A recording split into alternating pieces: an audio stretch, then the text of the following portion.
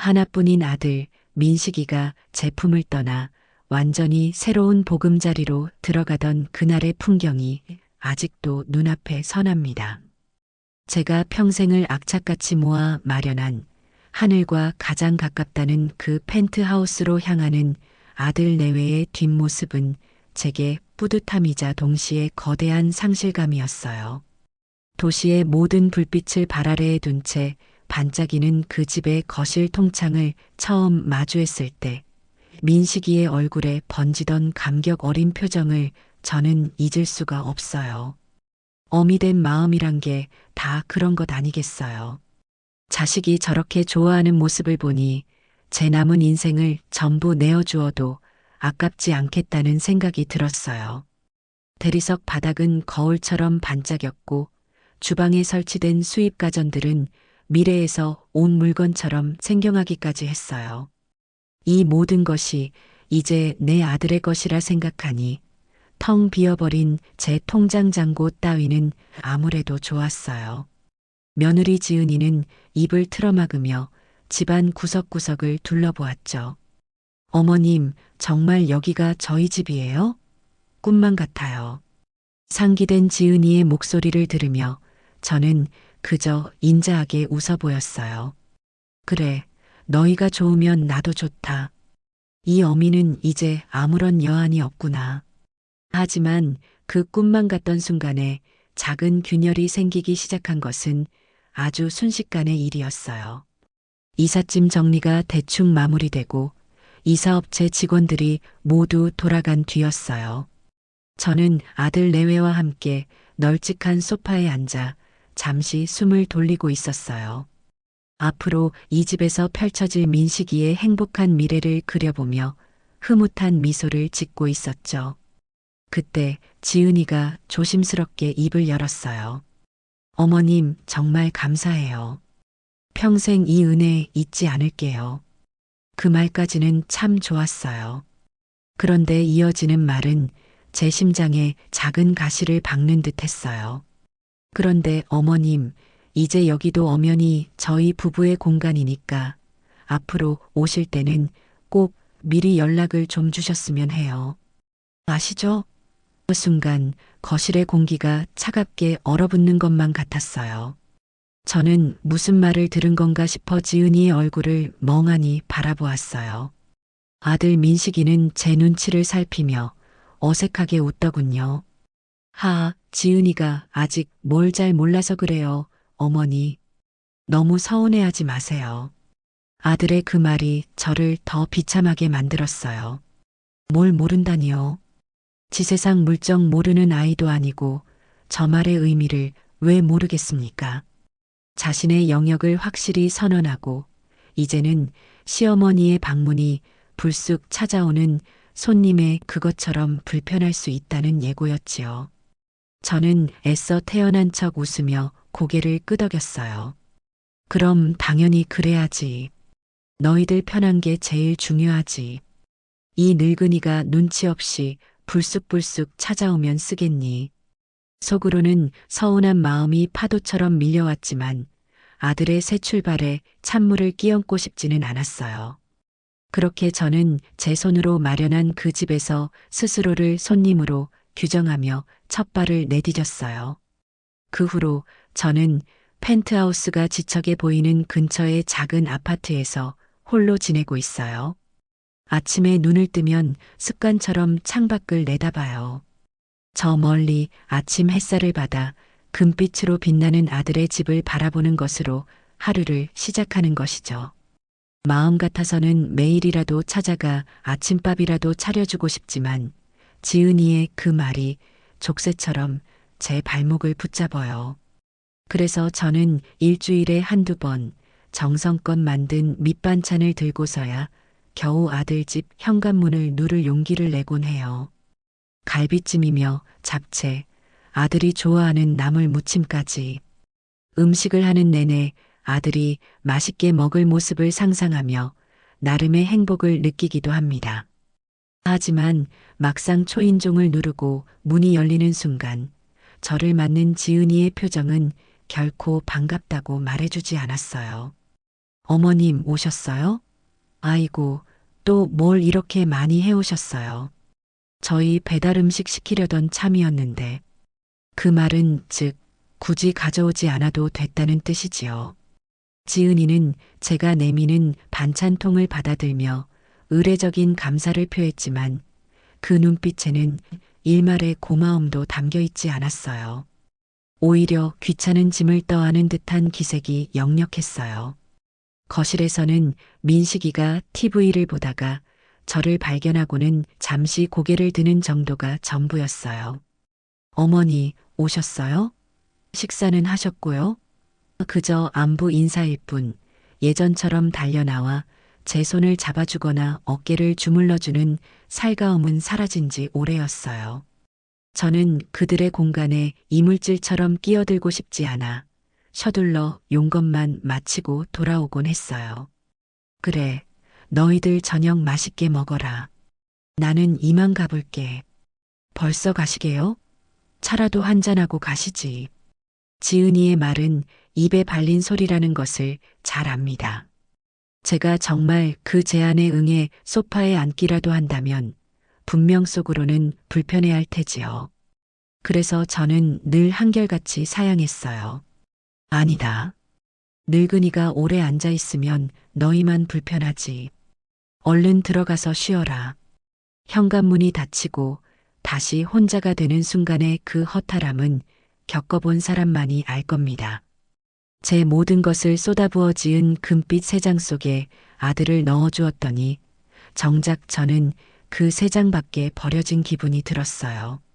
물론 민식이가 아주 등을 돌린 것은 아닙니다. 가끔 전화를 걸어 어머니, 별일 없으시죠? 필요한 건 없으시고요? 하고 묻기도 하니까요. 하지만 그게 다였어요. 아들의 목소리에는 늘 아내의 눈치를 보는 듯한 미묘한 긴장감이 서려 있었어요. 한 번은 제가 아들, 이번 주말에 시간 되면 같이 목욕이나 갈까? 하고 물은 적이 있었어요. 어릴 적 제가 아들의 등을 밀어주며 도란도란 이야기를 나누던 그 시간이 그리웠기 때문입니다. 전화기 너머의 아들은 잠시 머뭇거리더군요. 아, 이번 주말은 지은이 친구 부부랑 약속이 있어서요. 제가 다음에 꼭 시간 낼게요, 어머니. 그 다음이라는 약속이 결코 지켜지지 않을 것임을 저는 이미 알고 있었어요. 아들은 이제 온전한 제 아들이 아니었어요. 구지은이라는 여자의 남편 그 역할이 아들의 인생에서 가장 중요한 첫 번째 순위가 되어버린 것이죠. 그 사실을 인정하는 것은 제 가슴 한쪽을 도려내는 것처럼 아픈 일이었어요. 그래도 어쩌겠어요. 그것이 세상의 이치이고 아들이 행복하다면 그걸로 족하다고 스스로를 위로하는 수밖에요. 그렇게 저는 조금씩 아주 천천히 아들의 세상 밖으로 밀려나고 있었어요. 그날 밤은 유난히 공기가 차고 무겁게 느껴졌어요. 늦은 시간까지 잠 못 이루고 뒤척이다 거실로 나와 물을 마셨어요. 창밖으로 보이는 도시의 야경은 여느 때와 다름없이 화려하게 빛나고 있었지만 제 마음은 칠흑 같은 어둠 속에 잠겨 있었어요. 문득 쿵 하고 심장이 바닥으로 곤두박질 치는 듯한 느낌이 들었어요. 그리고 곧이어 숨이 턱 막혀왔어요. 마치 거대한 바위가 제 가슴을 짓누르는 것처럼 숨을 쉴 수가 없었어요. 컥컥거리며 가슴을 부여잡았지만 고통은 좀처럼 가라앉지 않았어요. 식은 땀이 비 오듯 흘러내려 온몸이 축축하게 젖어들었어요. 이러다 정말 큰일이 나겠다 싶었어요. 눈앞이 아찔해지고 세상이 빙글빙글 도는 것 같았어요. 저는 비틀거리는 몸을 겨우 가눠 탁자 위에 놓인 휴대폰을 집어들었어요. 덜덜 떨리는 손으로 간신히 단축번호 1번, 아들 민식이의 번호를 눌렀어요. 제발, 제발 받아라. 속으로 수십 번을 외쳤어요. 몇 번의 신호음이 흐르고 마침내 전화기 너머로 잠결에 잠긴 아들의 목소리가 들려왔어요. 여보세요? 어머니? 민 씨가 나다 나 좀 이상하다. 저는 간신히 목소리를 쥐어짰어요. 숨이 가빠 말이 제대로 이어지지 않았어요. 제 심상치 않은 목소리에 아들의 잠이 확 달아난 듯 했어요. 어머니, 왜 그러세요? 어디 안 좋으세요? 다급하게 외치는 아들의 목소리에 잠시 안도감이 들었어요. 그래, 나에게는 아직 아들이 있구나. 숨을 쉴 수가 없어 가슴이 너무 아프다. 아들아, 어머니, 지금 어디세요? 집이세요? 꼼짝 말고 기다리세요. 제가 금방 갈게요. 아들의 그 말에 끊어질 듯 위태롭던 희망의 끈을 다시 붙잡는 기분이었어요. 그런데 바로 그 순간이었어요. 전화기 너머로 날카롭고 짜증 섞인 며느리 지은이의 목소리가 희미하게, 하지만 아주 선명하게 들려왔어요. 누구야, 이 시간에? 또 어머님이야? 쉬하는 거 아니야? 지난번에도 그냥 좀 체한 거 가지고 사람을 들었다 놨다 하더니 그 말은 제 심장에 비수처럼 날아와 박혔어요. 쇼라니요. 제가 지금 죽을 것 같은 고통 속에서 연기를 하고 있다는 말입니까? 그 어떤 말보다 잔인하고 아픈 말이었어요. 전화기 너머의 아들은 당황한 듯 잠시 말을 잇지 못했어요. 며느리를 향해 그런 말하는 거 아니야. 하고 나지막이 쏘아붙이는 소리가 들리는 듯 했지만 이내 지은이의 더 큰 목소리에 묻혀버렸어요. 아니, 뭐가 아니야. 택시 부르면 5분이면 가는 응급실을 왜 굳이 우리를 오라가라야? 당신 내일 아침에 중요한 프레젠테이션 있는 거 잊었어? 잠 설치면 어쩌려고 그래. 며느리의 이기적인 외침은 제 마지막 기대를 산산조각 냈어요. 아들은 아내와 저 사이에서 잠시 갈등하는 듯 했어요.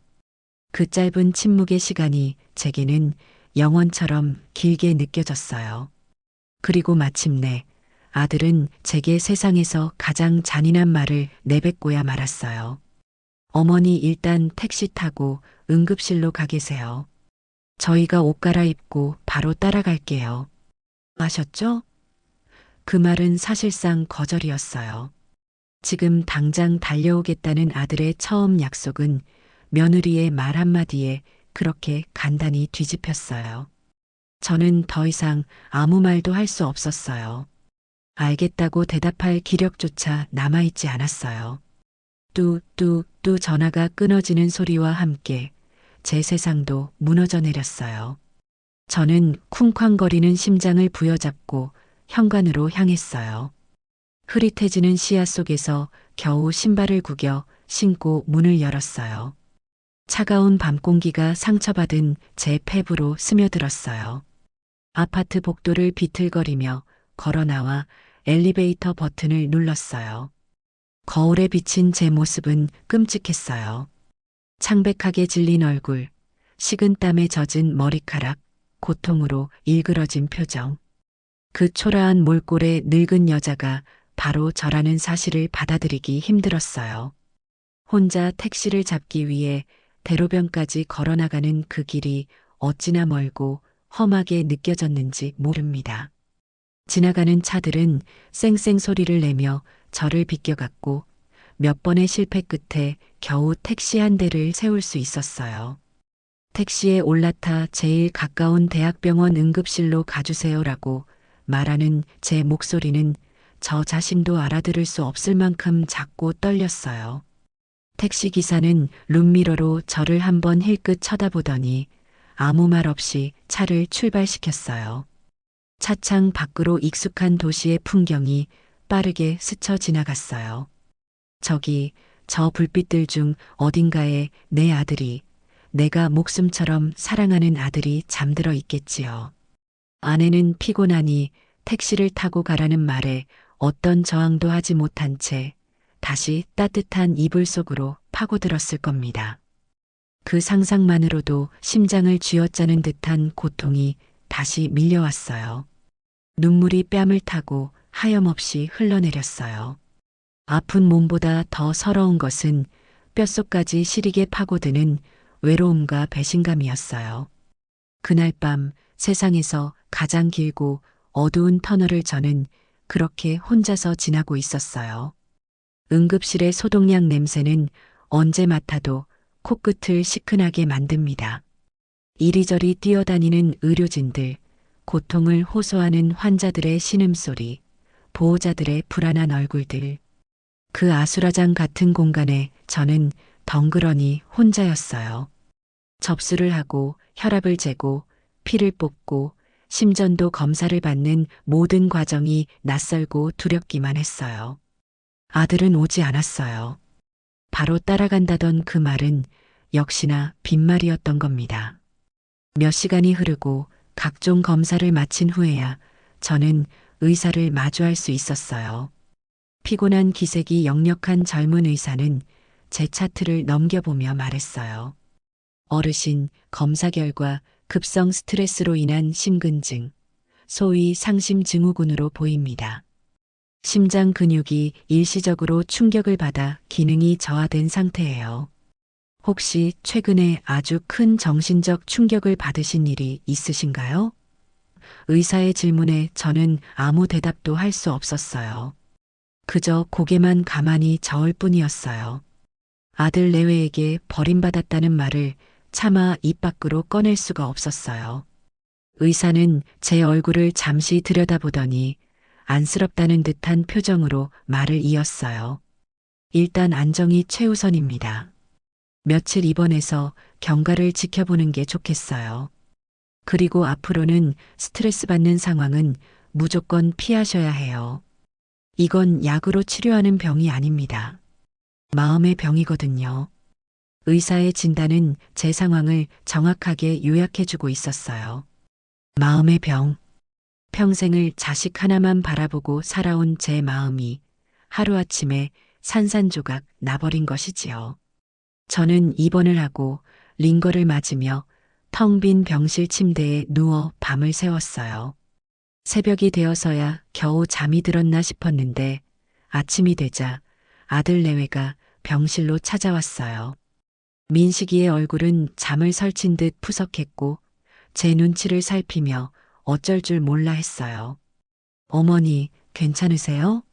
제가 어제는 너무 경황이 없어서 죄송해요. 아들의 사과는 진심처럼 들리지 않았어요. 그저 이 상황을 빨리 모면하고 싶은 변명처럼 느껴졌어요. 며느리 지은이는 한술 더 떴어요. 그녀는 제 안색을 살피는 척하더니 가방에서 하얀 봉투 하나를 꺼내 제 침대 옆 탁자 위에 탁 소리가 나게 올려놓았어요. 어머니, 사람 놀라게 왜 그러세요? 다음부터는 이러시면 안 돼요. 병원비는 이걸로 하세요. 그 목소리에는 걱정이나 미안함 대신 귀찮음과 짜증이 가득 묻어 있었어요. 마치 돈만 주면 모든 도리를 다했다는 듯한 그 오만한 태도에 저는 할 말을 잃고 말았어요. 사과 한마디 없이 그저 돈으로 이 상황을 무마하려는 며느리의 행동은 제 남은 자존심마저 짓밟아 버렸어요. 저는 그 돈 봉투를 쳐다보지도 않았어요. 그저 창밖만 멍하니 바라보았어요. 저것들은 더 이상 내 아들과 며느리가 아니구나. 내 재산을 물려받은 나와는 아무 상관없는 타인일 뿐이구나. 저는 의사에게 고집을 부려 당일 퇴원을 했어요. 그 숨막히는 병실에 아들 내외와 한 공간에 더는 머무르고 싶지 않았기 때문이에요. 집으로 돌아오는 택시 안에서 저는 한마디도 하지 않았어요. 아들과 며느리도 자기들이 뭘 잘못했는지 모르는 건 아닌지 어색한 침묵 속에서 눈치만 보고 있었죠. 집에 도착하자마자 저는 현관문 앞에서 그들을 막아 세웠어요. 됐다. 너희는 이제 그만 돌아가 봐라. 나 혼자 있고 싶구나. 어머니, 그래도 저희가 죽이라도 필요 없다. 가보거라. 제 단호한 목소리에 민식이는 더 이상 아무 말도 하지 못하고 며느리를 데리고 돌아섰어요. 텅 빈 집안에 다시 혼자 남게 되자 그제야 참았던 눈물이 터져 나왔어요. 서러움과 분노, 배신감이 한꺼번에 몰려와 온몸이 부들부들 떨렸어요. 저는 거실 한가운데에 주저앉아 한참을 소리내어 울었어요. 그리고 결심을 굳혔어요. 이건 단순히 서운한 감정의 문제가 아니었어요. 이건 제 존재 자체를 무시당한 일이었고, 제 남은 인생을 이대로 무기력하게 끝낼 수는 없다는 생존의 문제였어요. 평생을 자식을 위해 희생하고 헌신했지만 돌아온 것은 차가운 외면뿐이었어요. 이제는 더 이상 그렇게 살지 않을 겁니다. 나를 위해, 오직 나 자신을 위해 살기로 결심했어요. 그들을 내 인생에서 도려내야만 내가 살 수 있을 것 같았어요. 그동안 내가 그들에게 베풀었던 모든 것을 하나도 남김없이 되찾아와야겠다고 마음먹었어요. 그것이 지옥 같은 밤을 홀로 견뎌낸 나에 대한 최소한의 예의이자 앞으로 살아갈 날들에 대한 약속이었죠. 눈물을 거두고 나니 정신이 번쩍 들었어요. 슬픔에만 잠겨 있을 시간이 없었어요. 저는 곧바로 컴퓨터를 켜고 인터넷을 뒤지기 시작했어요. 이 분야에서 가장 똑 부러지고 유능하다고 소문난 변호사를 찾아야 했어요. 몇 날 며칠을 수소문한 끝에 저는 한 젊은 여성 변호사의 이름을 발견했어요. 승소율이 높을 뿐만 아니라 의뢰인의 이야기에 진심으로 귀 기울여준다는 평이 자자했어요. 저는 망설이지 않고 그녀의 사무실에 상담 예약을 잡았어요. 며칠 뒤 깔끔한 정장 차림의 변호사와 마주 앉았을 때 저는 조금도 떨지 않았어요. 오히려 놀라울 정도로 차분하고 담담하게 그동안의 일들을 설명했어요. 펜트하우스를 증여하게 된 과정부터 아들 내외의 태도 변화, 그리고 응급실에서 겪었던 모욕적인 사건까지 제 이야기를 듣는 내내 변호사는 한 번도 말을 끊지 않고 진지한 눈으로 저를 바라봐 주었어요. 그녀의 그 눈빛에서 저는 깊은 신뢰감을 느꼈어요. 어머님, 그동안 마음고생이 정말 심하셨겠네요. 제 이야기가 끝나자 변호사는 따뜻한 위로의 말을 건넸어요. 그리고 제가 가져간 펜트하우스 증여 계약서를 꼼꼼하게 검토하기 시작했어요. 한 장 한 장 신중하게 서류를 넘기는 그녀의 모습을 보며 저는 타들어가는 마음으로 결과를 기다렸어요. 잠시 후 변호사의 입가에 희미한 미소가 번졌어요. 찾았어요, 어머님. 여기 특약 조항이 있네요. 변호사가 가리킨 곳에는 이렇게 적혀 있었어요. 수증자가 증여자에 대한 부양의 의무를 현저히 게을리하는 경우 증여자는 본 계약을 재고할 수 있다. 그 문장을 보는 순간 막혔던 숨이 탁 트이는 기분이었어요. 희망의 빛이 보이기 시작한 것이죠. 변호사는 제게 법적인 절차에 대해 차근차근 설명해 주었어요. 물론 쉽지 않은 싸움이 될 겁니다. 아드님 쪽에서도 분명히 반발할 테고요. 하지만 이 조항과 어머님께서 겪으신 일들을 증거로 제출한다면 충분히 승산이 있어요. 저는 변호사에게 모든 법적 절차를 위임하고 한 가지를 특별히 부탁했어요. 변호사님, 이 모든 일은 최대한 조용하게 제 아들 내외가 눈치채지 못하도록 진행해 주십시오. 그들이 알아차렸을 때는 모든 것이 끝난 후였으면 합니다. 제 단호한 의지를 확인한 변호사는 고개를 끄덕였어요. 알겠어요, 어머님. 그렇게 진행하도록 하죠. 사무실을 나오자 바깥 공기가 상쾌하게 느껴졌어요. 첫 번째 단추는 성공적으로 끼운 셈이었어요. 이제 다음 단계로 넘어가야 했어요. 저는 곧바로 국내 최고의 부동산 중개인에게 연락을 취했어요. VVIP 고객들만 상대한다는 보안이 철저하기로 유명한 사람이었어요. 전화 연결이 된 후 저는 제 신분을 밝히고 용건을 말했어요. 강남 펜트하우스를 매물로 내놓으려고 합니다. 다만 아주 특별한 조건이 있어요. 수화기 너머의 중개인은 잠시 놀란 듯 했지만 이내 프로다운 목소리로 응대했어요. 어떤 조건이신지 말씀해 주시죠, 회장님. 저는 나지막하지만 힘 있는 목소리로 말했어요. 이 매각은 그 집에 살고 있는 제 아들 내외는 물론 그 어떤 사람도 알아서는 안 됩니다. 완벽한 비밀 매각으로 진행해 주십시오. 제 요구에 중개인은 잠시 침묵했어요. 일반적인 거래 방식이 아니었기 때문이겠죠. 하지만 그는 이내 상황을 파악한 듯 했어요. 알겠어요. 쉽지는 않겠지만 최선을 다해 보겠어요. VVIP 고객 리스트를 통해 신원이 확실하고 구매 능력이 있는 분들에게만 조심스럽게 접근하도록 하겠어요. 저는 만족스러운 미소를 지으며 전화를 끊었어요. 내 인생의 가장 큰 자산이었던 그 집. 아들의 행복을 위해 기꺼이 내어주었던 그 금빛 세 장을 되찾기 위한 조용한 반격의 서막이 그렇게 올랐어요.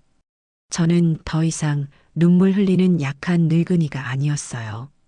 내 것을 되찾고 내 인생의 주도권을 바로 세우기 위해 차가운 머리와 뜨거운 심장으로 무장한 전사였어요. 창밖으로 보이는 아들의 집을 바라보았어요. 이전처럼 아련하거나 서글픈 감정은 들지 않았어요. 대신 저 높은 성을 반드시 함락시키고야 말겠다는 차가운 결의가 제 마음속에서 불타오르고 있었어요. 이제 게임은 시작되었어요. 그날 이후 제 삶은 한편의 정교한 연극이 되었어요. 무대 위에 선 배우처럼 저는 아들과 며느리라는 관객을 향해 철저하게 계산된 연기를 펼쳐야만 했어요. 아침에 눈을 뜨면 가장 먼저 제 마음속의 차가운 결의를 다잡고 그 위에 온화하고 평범한 늙은 어미의 가면을 겹쳤었어요. 사소한 통화 한 통, 짧은 문자 메시지 하나에도 의심의 싹이 자라지 않도록 신중에 신중을 기했어요. 제 인생의 가장 중요한 작전을 수행하는 비밀 요원처럼 저는 그렇게 제 감정을 숨기고 일상을 연기했어요. 며칠 지나지 않아 아들에게서 전화가 걸려왔어요. 아마도 병실에서 보았던 제 냉랭한 모습과 집 앞에서 그들을 매몰차게 돌려보냈던 일이 내심 마음에 걸렸던 모양입니다. 수화기 너머로 들려오는 아들의 목소리에는 변명하고 싶은 기색과 어색한 염려가 뒤섞여 있었어요. 어머니, 잘 지내시죠? 그날은 저희가 정말 잘못했어요. 제가 지은이한테도 뭐라고 했고요. 몸은 좀 어떠세요? 식사는 잘 챙겨 드시는 거죠? 혼자 계셔서 영 마음이 놓이질 않네요. 저는 이 순간을 위해 수십 번도 더 연습한 가장 온화하고 인자한 목소리를 꺼내 들었어요. 속으로는 이제 와서 그런 말이 무슨 소용이냐는 비웃음이 차올랐지만 결코 티를 내지 않았어요. 어머, 우리 아들. 이 늙은이 걱정해 주는 건 너밖에 없구나. 그럼 괜찮고 말고. 그날은 내가 괜히 춘곤증처럼 기운이 없어서 그랬나 봐. 지금은 아주 팔팔해. 걱정 붙들어 매려무나. 제 예상 밖의 밝은 목소리에 아들은 잠시 말문이 막힌 듯 했어요. 저는 틈을 주지 않고 말을 이었어요. 그리고 어머니 혼자 있다고 마음 쓰지 마라. 내가 요즘 얼마나 바쁜지 너는 상상도 못할걸. 동네 문화센터에 등록했는데 거기서 시도 배우고 그림도 그린단다. 평생 해보고 싶었던 것들을 이제야 하나씩 해보는데 시간 가는 줄을 모르겠어. 친구들도 많이 사귀어서 점심 약속도 얼마나 많은지 몰라. 그러니 너는 네 아내 잘 챙기고 네 일에만 신경 쓰거라. 어미가 바라는 건 그것뿐이다. 제 길고도 명랑한 설명에 아들은 완전히 안심하는 눈치였어요. 아들의 마음속에 남아있던 작은 죄책감의 불씨마저 완벽하게 꺼버린 셈이죠. 아, 그러세요, 어머니? 정말 다행이네요. 바쁘게 지내신다니 제가 다 기분이 좋아요. 그럼 다음에 또 전화드릴게요. 아들은 가벼워진 목소리로 전화를 끊었고 저는 다음이라는 그 기약 없는 약속이 허공에 흩어지는 것을 조용히 지켜보았어요. 하지만 여우 같은 며느리는 아들처럼 어수룩하지 않았어요. 지은이는 짐승적인 본능으로 제게서 풍기는 미세한 변화의 냄새를 맡고 있었어요. 그녀의 의심에 확신을 더해준 것은 그녀가 그토록 중요하게 생각하는 허영심 가득한 세상의 소문이었어요. 어느 날 오후 지은이는 여느 때처럼 친구들과 강남의 한 호텔 라운지에서 브런치를 즐기고 있었다고 합니다. 값비싼 찻잔을 앞에 두고 서로의 명품 가방을 은근히 과시하며 대화를 나누던 중 부동산 재벌의 며느리라는 친구 하나가 아주 흥미로운 이야기를 꺼냈어요. 얘들아, 근데 너희 그거 들었어? 요즘 최상위 VVIP 부동산 시장의 지은이네 펜트하우스가 비밀 매물로 나왔다는 소문이 파다하던데? 다들 쉬쉬하면서도 알 사람들은 다 알더라고. 지은아, 너희 혹시 무슨 일 있는 거니? 남편 사업이라도 어려워진 거야? 그 순간 라운지의 모든 시선이 지은이에게로 쏠렸을 겁니다. 지은이는 애써 태연한 표정을 지으며 와인 잔을 들고 웃어 보였다고 해요. 어머, 호호. 넌 또 그런 헛소문을 어디서 듣고 와서 그러니? 말도 안 되는 소리. 우리 남편 사업은 아주 잘 되고 있거든. 그리고 우리 시어머니가 어떤 분인데 아들 내외 살고 있는 집을 내놓으시겠어. 아마 비슷한 다른 집이랑 헷갈린 거겠지. 그녀는 그렇게 능숙하게 상황을 무마했지만 집으로 돌아오는 내내 심장이 불안하게 뛰는 것을 막을 수는 없었을 겁니다. 그녀는 집에 도착하자마자 다급하게 제게 전화를 걸었어요. 제가 이 전화를 얼마나 기다렸는지 그녀는 꿈에도 몰랐을 겁니다. 어머님, 저지은이에요. 식사는 하셨고요? 다름이 아니라 제가 오늘 밖에서 너무 황당하고 기가 막힌 소리를 들어서요. 너무 웃겨서 어머님이랑 같이 웃으려고 전화드렸잖아요. 며느리는 잔뜩 상기된 목소리로 조금은 과장된 웃음소리까지 섞어가며 말을 시작했어요. 저는 이 연극의 클라이맥스를 위해 준비해둔 가장 어수룩하고 순진한 노인의 목소리로 화답했어요. 오야, 우리 애기. 무슨 그렇게 재미있는 일이 있었길래 이리 호들갑이냐? 아니, 글쎄 제 친구가 그러는데 어머님께서 저희 살고 있는 그 펜트하우스를 부동산에 내놓으셨다는 거예요. 그것도 아무도 모르게 비밀이에요. 정말 너무 웃기지 않아요, 어머님? 제가 세상에 그런 법이 어디 있냐고, 우리 어머님은 절대 그럴 분 아니시라고 한바탕 쏘아붙이고 왔지 뭐예요. 어머님께서도 정말 어이가 없으시죠? 저는 잠시 침묵했어요. 마치 그 말이 무슨 뜻인지 이해하지 못했다는 듯이요. 그리고는 기억을 더듬는 듯한 느리고 힘없는 목소리로 대답했어요. 펜트하우스? 그걸 내가 팔려고 내놨다고? 아이고 세상에. 내가 그랬나? 가만 있자. 내가 요즘 정신이 깜빡깜빡해서 어제는 안경을 어디다 뒀는지 한참을 찾았지 뭐냐. 결국엔 머리 위에 쓰고 있더라니까. 호호. 근데 집을 파는 건 보통 큰일이 아니지 않니? 그렇게 중요한 일을 내가 기억 못할 리가 없는데 아마 네 친구가 뭘 잘못 알았을 게다. 아니면 내가 정말로 잠결에 그런 짓을 했나? 아이고 무서워라. 이 늙은이가 이제 정말 망령이 들었나 보다. 저는 일부러 더 과장되게 제 기억력을 탓하며 한탄했어요. 제 완벽한 연기에 며느리는 더 큰 혼란에 빠진 듯 했어요. 그녀가 원했던 대답은 단호한 긍정이나 부정이었을 텐데 저는 그 어느 쪽도 아닌 애매하고 흐릿한 반응으로 그녀를 안개 속에 가두어 버린 것이죠. 아, 네, 그렇죠, 어머님? 제가 그럴 거라고 했어요. 어머님께서 요즘 기력이 없으셔서 그러시니 제가 조만간 보약이라도 한 제 지어 갈게요. 며느리는 찜찜함을 감추지 못한 채 전화를 끊었어요. 수화기를 내려놓은 저는 싸늘하게 미소 지었어요. 이제 너는 밤잠을 설치며 고민하게 될 것이다. 내가 정말 기억력이 쇠퇴한 불쌍한 노인인지 아니면 그 모든 것을 연기하는 무서운 사람인지. 어느 쪽이든 너는 불안의 늪에서 허우적거리게 될 테니.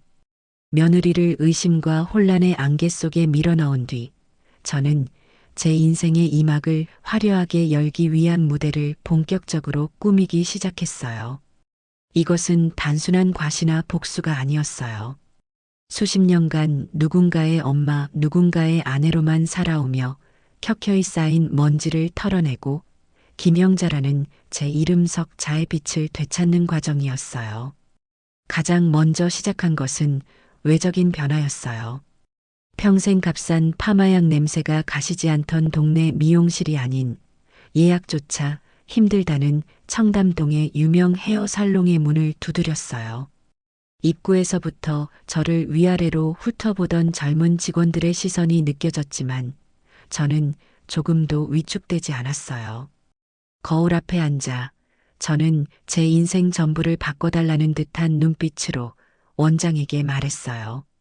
제게 가장 잘 어울리는 스타일로 하지만 세상에서 가장 우아하고 기품 있는 모습으로 만들어주세요.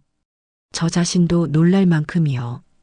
몇 시간 후 가운을 벗고 거울 앞에 선 저는 낯선 제 모습에 숨을 삼켰어요. 푸석하게 늘어지던 머리카락은 지적인 분위기를 풍기는 볼륨감 있는 보브컷으로 변해 있었고 칙칙했던 피부는 얇지만 완벽한 화장으로 은은한 상아빛 광채를 뿜어내고 있었어요. 이건 단순한 변화가 아니라 새로운 탄생에 가까웠어요. 저는 곧장 백화점 VVIP 라운지로 향했어요. 퍼스널 쇼퍼는 제 앞에 수십 벌의 옷을 가져다 놓았고 저는 마치 어린 시절 소꿉놀이를 하듯 다양한 옷들을 입어보았어요. 몸에 부드럽게 감기는 캐시미어 니트, 걸을 때마다 우아하게 흩날리는 실크 스커트, 그리고 제 어깨를 당당하게 만들어주는 완벽한 재단의 재킷까지. 저는 그동안 저를 옥죄어왔던 낡고 초라한 옷들을 벗어던지고 자신감이라는 새로운 갑옷을 입었어요. 외면의 변화는 내면의 성장을 위한 발판이었어요. 저는 그동안 시간과 돈이 아까워 엄두도 내지 못했던 세상으로 걸어 들어갔어요.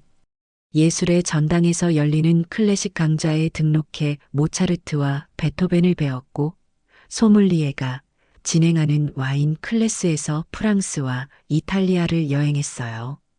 그곳에서 만난 사람들은 제가 이전에 알던 세상의 사람들과는 전혀 달랐어요. 모두 자신의 삶을 사랑하고 끊임없이 배우고 성장하려는 열정으로 가득 차 있었어요. 특히 저와 비슷한 시기에 남편을 보내고 혼자서 작은 출판사를 운영하고 있던 박 여사님과는 첫 만남부터 마음이 통했어요. 어느 날 오후 저희는 따뜻한 차를 앞에 두고 서로의 지나온 삶에 대해 오랫동안 이야기를 나누었어요. 형자 씨, 정말 대단한 결심을 했어. 나도 아들 녀석 장가 보내고 나서 한동안 얼마나 허전하고 쓸모없게 느껴졌는지 몰라. 마치 내 인생의 역할이 전부 끝난 것 같았지. 박 여사님의 말에 저는 깊이 고개를 끄덕였어요. 제 마음이 꼭 그랬어요. 제 모든 걸 쏟아부었는데 결국 남은 건 텅 빈 껍데기뿐인 것 같았죠. 그러자 박 여사님은 제 손을 따뜻하게 잡아주며 말했어요. 아니야, 형자씨. 그건 끝이 아니라 새로운 시작을 알리는 신호였던 거야. 자식이라는 큰 짐을 내려놓았으니 이제부터는 온전히 우리 자신을 위한 삶을 살아야지. 더 멋지게, 더 자유롭게. 그깟 펜트하우스보다 100배, 1000배는 더 근사한 김영자라는 집을 짓는 거야. 내가 옆에서 열심히 응원할게. 그녀의 진심 어린 격려에 저는 목이 메어왔어요. 세상에 내 편이 있다는 것, 내 이야기를 들어주고 내 선택을 지지해주는 친구가 있다는 것이 얼마나 큰 힘이 되는지 저는 그날 처음으로 깨달았어요. 그리고 마침내 며느리의 작은 세상에 거대한 파문을 일으킬 그날이 왔어요. 박 여사님과 저는 지은이가 친구들과 자주 찾는다는 갤러리 카페를 아주 우연히 방문했어요.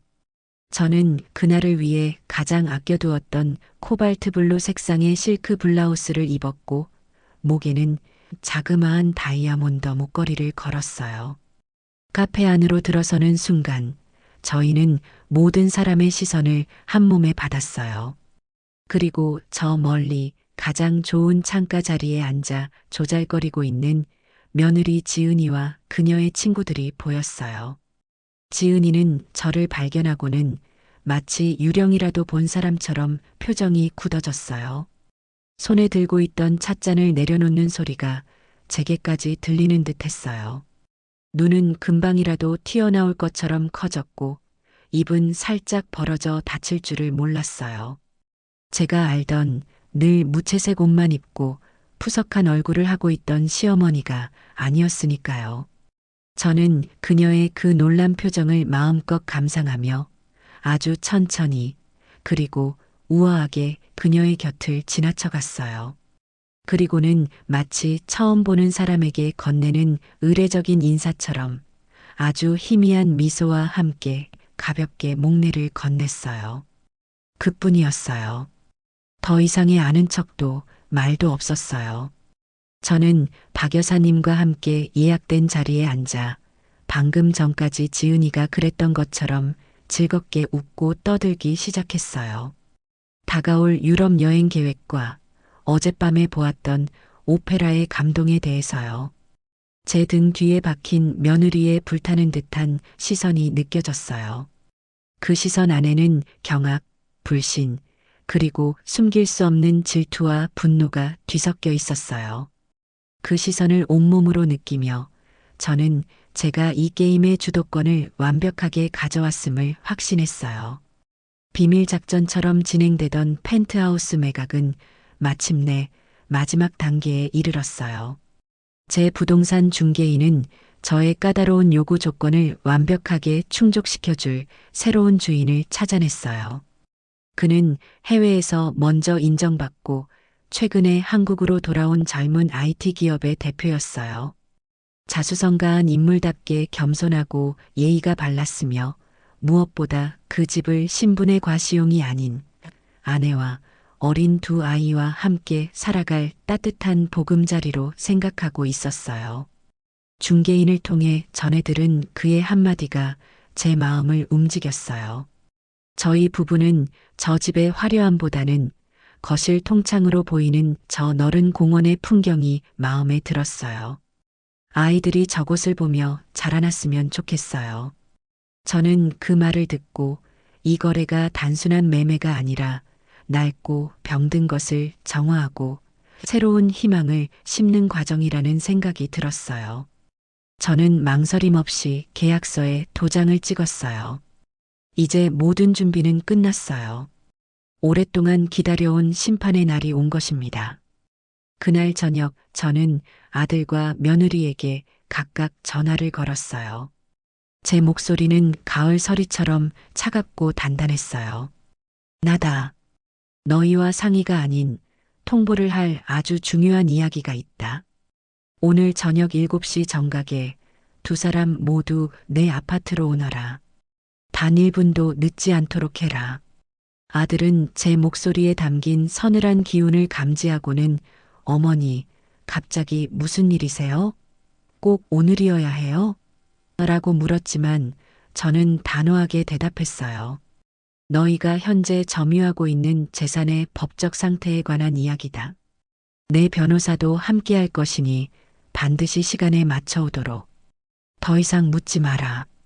그 말에 아들은 더 이상 아무것도 묻지 못했어요. 불안과 공포를 심어주기에는 그 정도의 설명만으로도 충분했으니까요. 약속된 7시 초인종 소리와 함께 두 사람이 모습을 드러냈어요. 아들의 얼굴에는 불안감이, 며느리의 얼굴에는 잔뜩 날이 선 경계심이 떠올라 있었어요. 저는 두 사람을 거실 소파로 안내했어요. 그들의 맞은편에는 이미 제 법률 대리인인 최 변호사가 서류 가방을 무릎 위에 올려놓은 채 차갑고 이지적인 표정으로 앉아 있었어요. 며느리는 변호사의 존재를 확인하고는 본능적으로 이 자리가 자신에게 불리하게 돌아갈 것임을 직감한 듯 입술을 잘근 깨물었어요. 저는 아무도 손대지 않을 차를 내왔고 거실에는 한동안 숨막히는 침묵만이 흘렀어요. 침묵을 깬 것은 최 변호사였어요. 그녀는 테이블 위에 서류들을 질서정연하게 펼쳐놓으며 재판정에서 검사가 공소 사실을 읽어내려가듯 냉정하고 사무적인 목소리로 말했어요. 김민식 씨, 구지은 씨, 두 분께서 거주하고 계신 펜트하우스의 증여 계약서입니다. 다들 아시다시피 이 계약서에는 수증자가 증여자에 대한 부양 의무를 현저히 게을리했을 경우 증여자는 계약을 철회할 수 있다는 특약 조항이 명시되어 있어요. 최 변호사는 제가 응급실에 실려갔던 날의 통화 기록과 진단서뿐만 아니라 그동안 제가 그들의 집을 방문했을 때마다 며느리가 보였던 무시와 냉대의 정황들을 날짜별로 정리한 자료까지 증거로 제시했어요. 이에 증여자이신 김영자 여사님께서는 두 분이 부양 의무를 이행하지 않았다고 판단하셨으며 이는 법률적으로도 타당한 근거를 가집니다. 그리하여 증여 철회권을 행사하기로 최종 결정하셨어요. 변호사의 말이 끝나자 저는 천천히 입을 열었어요. 저는 두 사람의 눈을 번갈아 가며 똑바로 응시하며 제 마음속 깊은 곳에서부터 끌어올린 차가운 목소리로 말했어요. 나는 너희에게 단순히 집이라는 건물을 준 것이 아니었다. 나는 내 남편의 유산이자 내 젊음과 맞바꾼 내 인생의 결정체를 너희에게 준 것이었다. 내 아들이 행복한 가정을 이루는 것을 보는 것이 내 마지막 꿈이었으니까. 하지만 너희는 그 꿈을 짓밟았고 내 마음을 갈기갈기 찢어놓았다. 내가 생사의 기로에 서 있던 그 밤, 너희는 나를 버렸다. 제 목소리는 떨리지 않았어요. 오히려 그 어떤 때보다 단단했어요. 그래서 나는 너희에게 주었던 내 모든 것을 되찾기로 결심했다.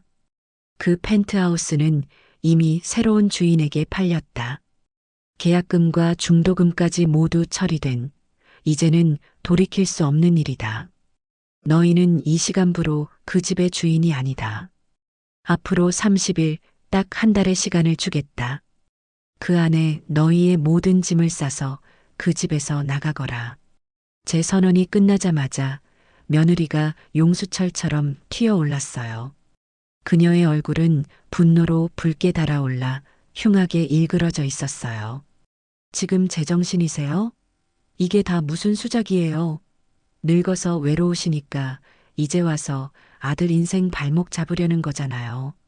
우리가 어머님한테 얼마나 잘했는데 매달 꼬박꼬박 용돈 드리고 명절마다 선물 챙겨드리고 그런데 고작 그깟 택시 한 번 안 태워줬다고 집을 뺏어요? 이게 사람이 할 짓이에요?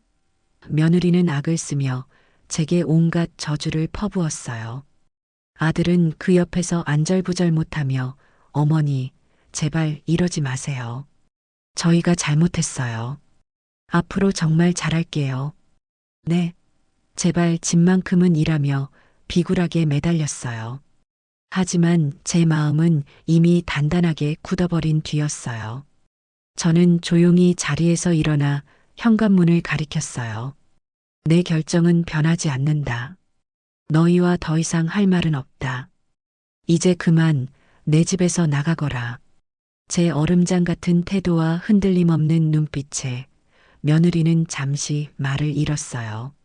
그 순간 두 사람의 얼굴에 떠오른 것은 단순한 분노를 넘어선 모든 것을 잃게 될지도 모른다는 원초적인 공포였어요.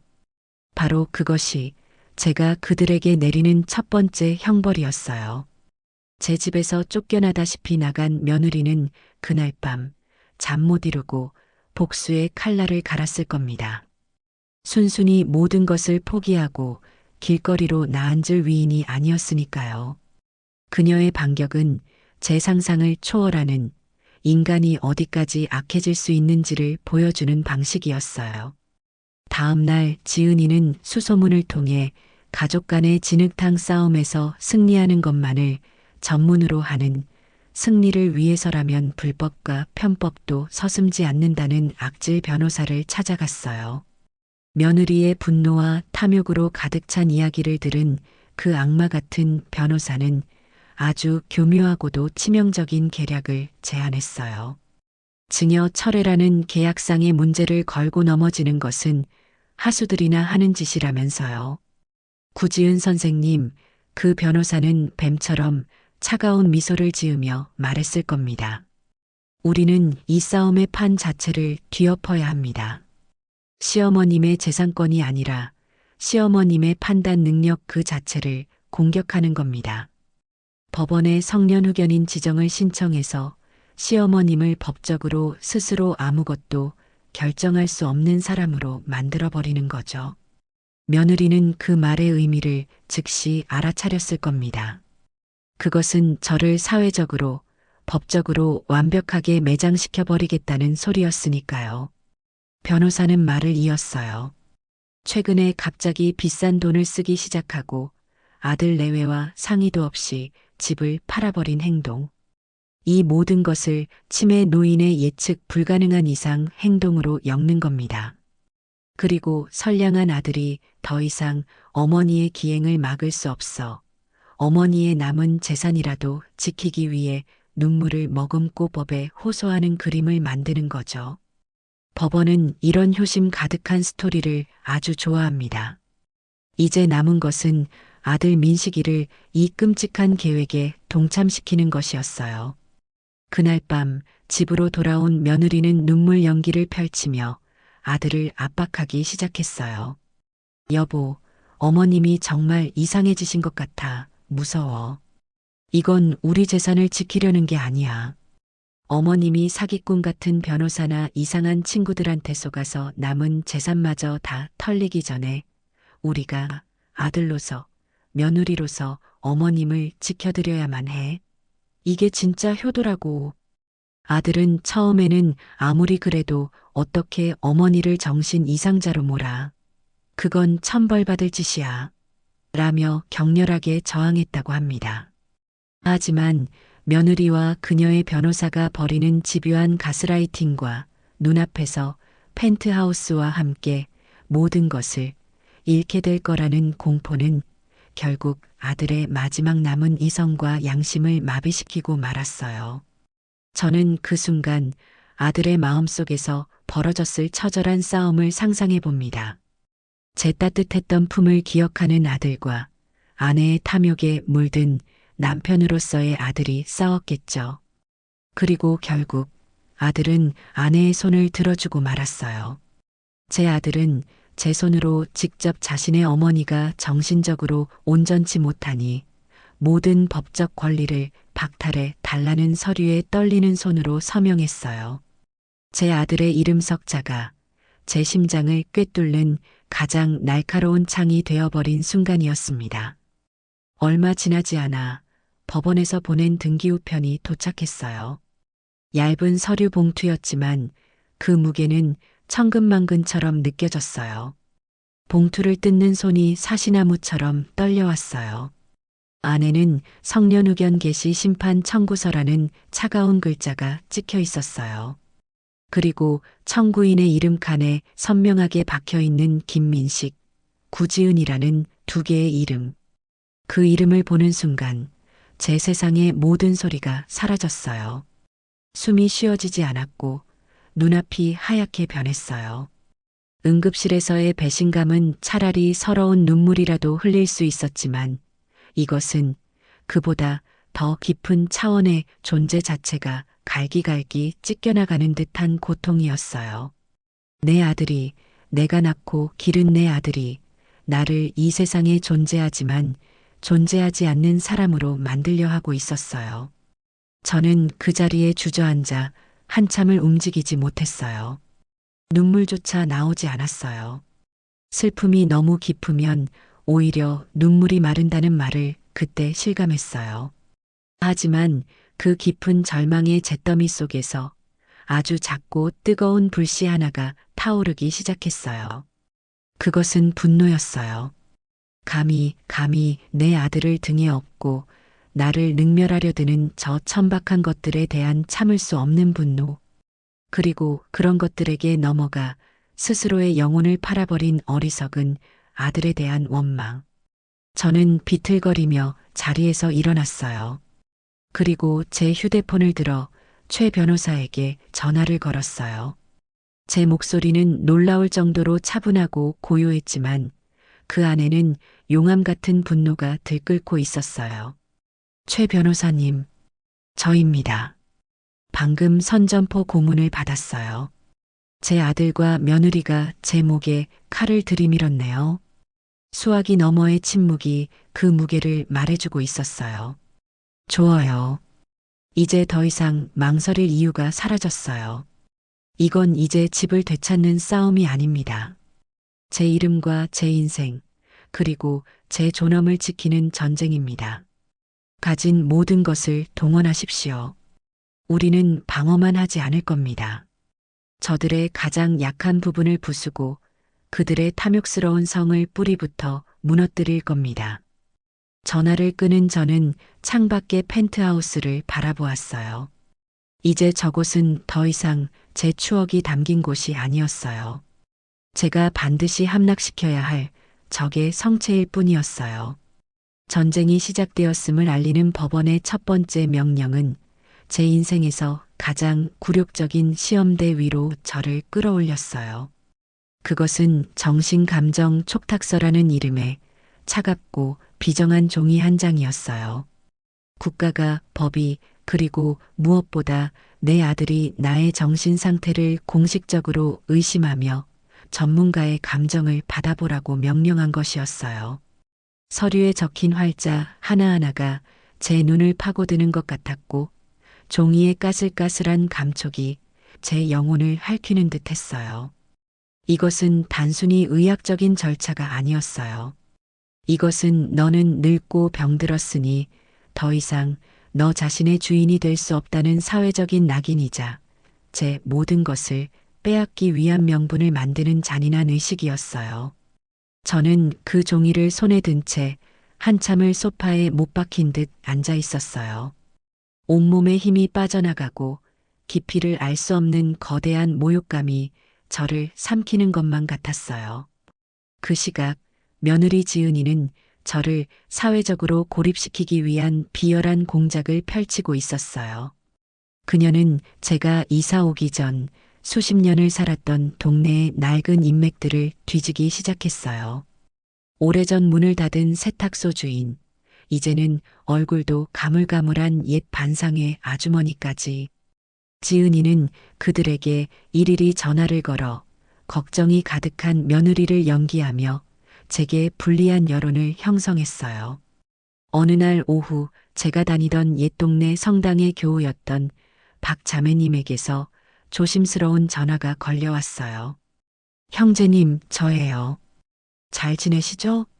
다름이 아니라 조금 전에 며느님한테서 전화가 왔었는데 혹시 무슨 일 있으신가요? 저는 직감적으로 지은이의 소행임을 알아차렸어요.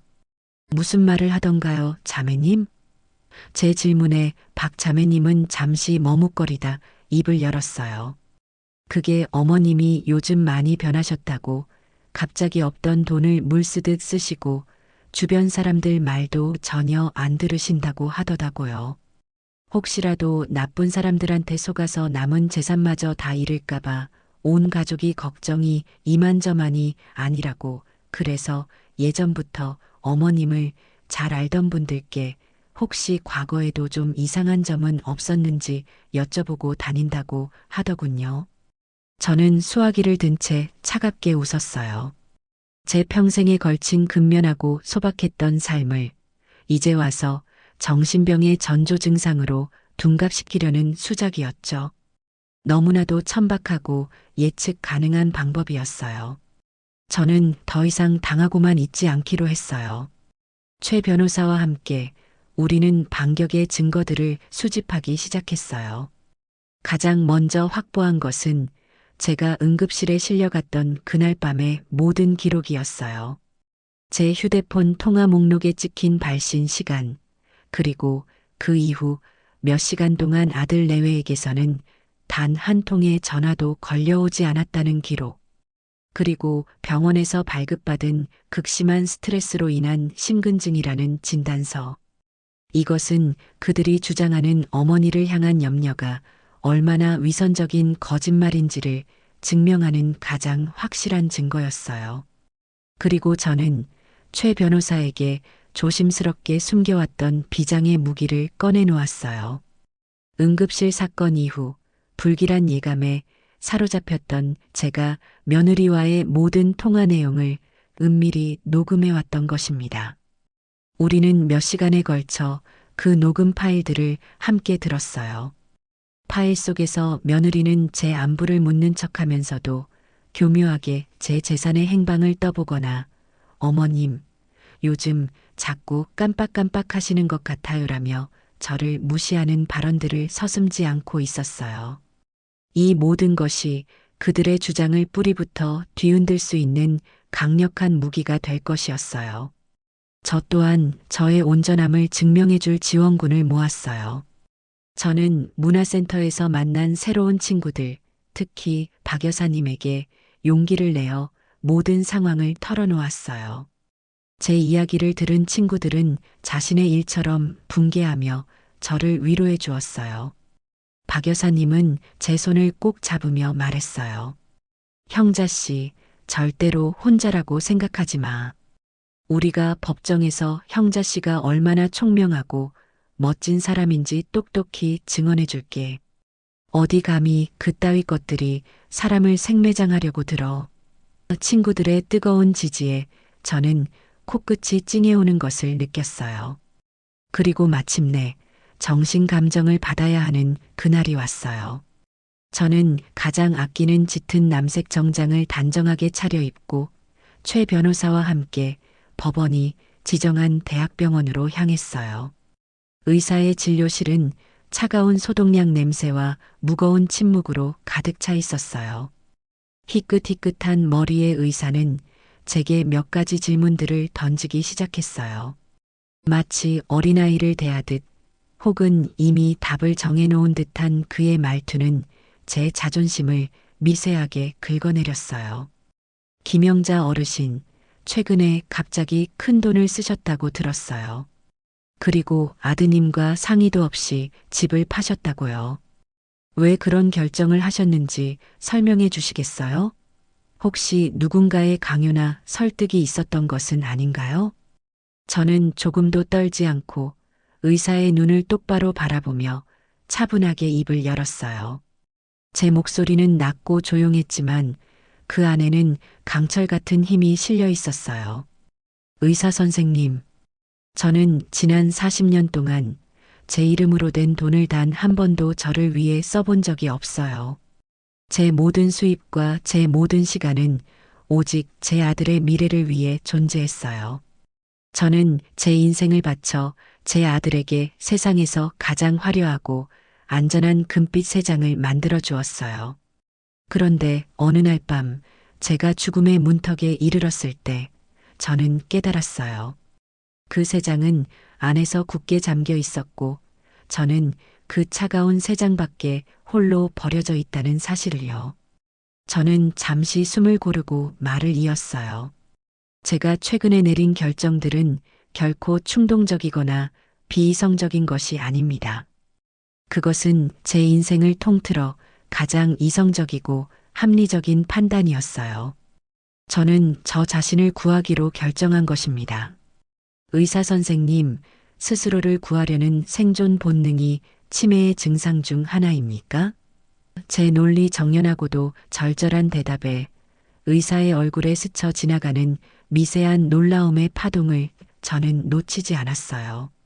그날 병원을 나서며 저는 감정의 결과가 어떻게 나오든 상관없다고 생각했어요. 저는 세상이 씌우려는 굴욕적인 프레임 앞에서 결코 무너지지 않았으니까요. 제 정신의 주인은 오직 저 자신이라는 사실을 스스로에게 증명해낸 것만으로도 충분했어요. 성년후견인 지정 신청이라는 암초에 부딪히면서 순조롭게 진행되던 펜트하우스 매각 절차는 급제동이 걸리고 말았어요. 법적 분쟁이 해결될 때까지 모든 소유권 이전 절차가 중단된다는 통보를 받았을 때 저는 잠시 눈앞이 캄캄해지는 것을 느꼈어요. 며느리의 계략이 제 숨통을 조여오기 시작한 것이죠. 부동산 중개인은 제게 전화를 걸어 매수자인 젊은 대표 한정우 씨가 이 모든 상황을 알게 되었다고 전했어요. 저는 그가 당연히 계약을 파기할 것이라고 생각했어요. 이런 지저분한 가족 싸움에 휘말리고 싶어 할 사람은 세상에 없을 테니까요. 그런데 며칠 뒤 저는 한 대표로부터 직접 만나고 싶다는 연락을 받았어요. 약속 장소인 조용한 호텔 찻집에 먼저 도착한 저는 불안한 마음으로 그를 기다렸어요. 잠시 후 훤칠한 키에 반듯한 인상의 한 대표가 제 앞에 나타나 정중하게 고개를 숙였어요. 그는 자리에 앉자마자 단도직입적으로 말했어요. 김영자 여사님, 먼저 이런 복잡한 상황에 처하신 것에 대해 심심한 위로의 말씀을 전합니다. 저는 씁쓸하게 웃으며 대답했어요. 한 대표님께 정말 면목이 없어요. 저 때문에 괜한 곤란을 겪게 해드렸네요. 계약은 깨끗하게 파기하셔도 좋아요. 위약금은 제가 책임지겠어요. 그러자 한 대표는 단호하게 고개를 저었어요. 그의 눈빛은 진지하고 단단했어요. 여사님, 저는 이 계약을 파기할 생각이 전혀 없어요. 그의 예상 밖의 말에 저는 놀라 눈을 동그랗게 떴어요. 저는 아주 어린 나이에 부모님을 모두 여의고 제 두 손으로 지금의 회사를 일구었어요. 그래서 저는 한 사람이 평생을 바쳐 쌓아 올린 것의 가치와 무게를 누구보다 잘 압니다. 여사님의 아드님과 며느님이 하시는 행동은 제가 사업을 하며 가장 경멸하는 종류의 것입니다. 노력 없이 속임수와 조종을 통해 다른 사람의 성과를 가로채려는 파렴치한 행위지요. 저는 그런 부류의 사람들을 저의 경쟁 상대로 생각합니다. 그는 잠시 말을 멈추고는 더욱 진지한 목소리로 말을 이었어요. 그리고 저는 여전히 그 집을 원합니다. 현재 살고 있는 사람들의 탁한 기운에도 불구하고 그 집은 여사님의 좋은 에너지가 깃든 곳이라고 믿어요. 제가 그 집에 들어가기 위해서는 여사님께서 이 싸움에서 반드시 이기셔야만 합니다. 그러니 부디 제가 여사님의 싸움에 전략적 투자를 할 수 있도록 허락해 주십시오. 저는 그의 제안에 담긴 진심을 느낄 수 있었어요. 그는 단순한 동정이 아닌 비즈니스 파트너로서의 연대를 제안하고 있었어요. 대표님의 마음은 정말 감사하지만 이건 저의 문제입니다. 대표님까지 끌어들일 수는 없어요. 제가 사양하자 그는 부드럽지만 단호한 어조로 말했어요. 여사님, 이것은 자선이 아닙니다. 저는 제가 원하는 것을 얻기 위해 제 파트너의 승리를 돕는 것뿐입니다. 제 인력과 자원을 마음껏 사용하십시오. 진실을 밝히는데 도움이 될 겁니다. 부디 저를 여사님의 보이지 않는 검으로 생각해 주십시오. 저는 더 이상 그의 제안을 거절할 수 없었어요. 세상이 모두 제게 등을 돌렸다고 생각했을 때 전혀 예상치 못한 곳에서 나타난 든든한 아군이었어요. 며칠 뒤 한 대표는 제게 한 사람을 소개해 주었어요. 그는 국가정보기관 출신이라는 경력을 가진 눈빛이 매처럼 날카로운 사설 탐정이었어요. 우리는 최 변호사의 사무실에서 그를 만났어요. 저는 그에게 많은 것을 요구하지 않았어요. 오직 한 가지 목표만을 제시했어요. 제 며느리 구지은이라는 사람의 모든 것을 알아봐 주십시오. 저는 이 모든 소동이 단순히 펜트하우스라는 재산에 대한 탐욕 때문만은 아니라고 생각합니다. 자신의 시어머니를 정신병자로 몰면서까지 무언가를 얻으려 한다면 그 뒤에는 반드시 더 절박하고 추악한 비밀이 숨어 있을 겁니다. 그가면 뒤에 숨겨진 진짜 얼굴을 찾아주세요. 그날부터 탐정의 은밀한 조사가 시작되었어요. 며칠이 멀다 하고 그의 보고가 최 변호사를 통해 제게 전달되었어요.